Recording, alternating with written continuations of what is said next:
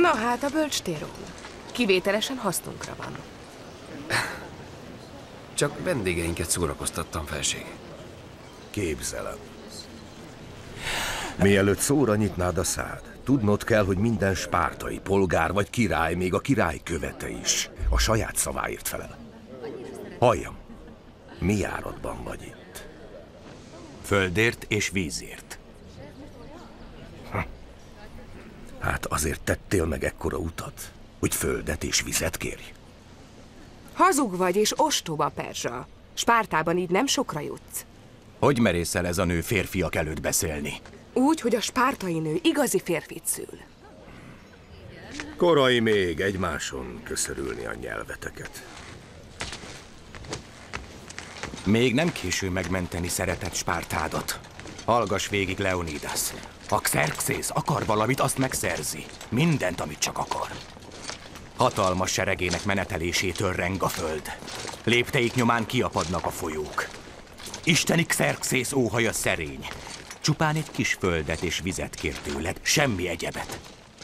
Annak jeléül, hogy Spárta behódol Xerxész akarata előtt.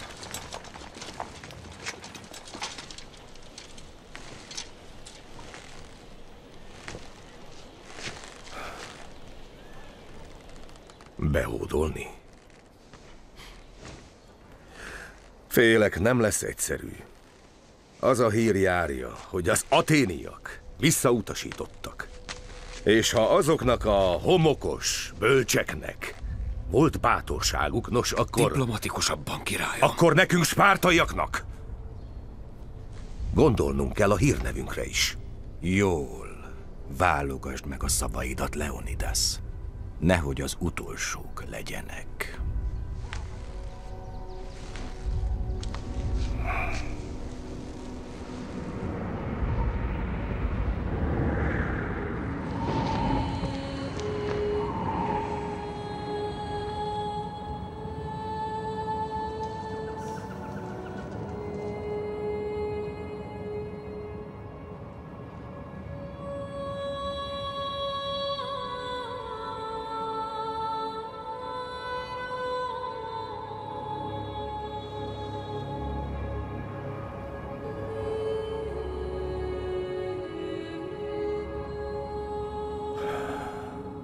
Föld és víz.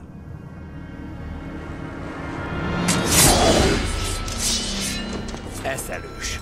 Eszelős vagy. Föld és víz kell? Mindkettőből bőven van odalent. Senki, sem perzsa, sem görög nem támadhat követre. Leigázott királyok koronáját és fejét teszed Spárta városának lépcsőire.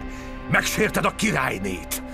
Halállal, rabszolgasággal fenyegeted népemet. Jól megválogattam a szavaimat, perzsa. Neked is ezt kellett volna tenned. Ez istenkáromlás. Eszelős vagy.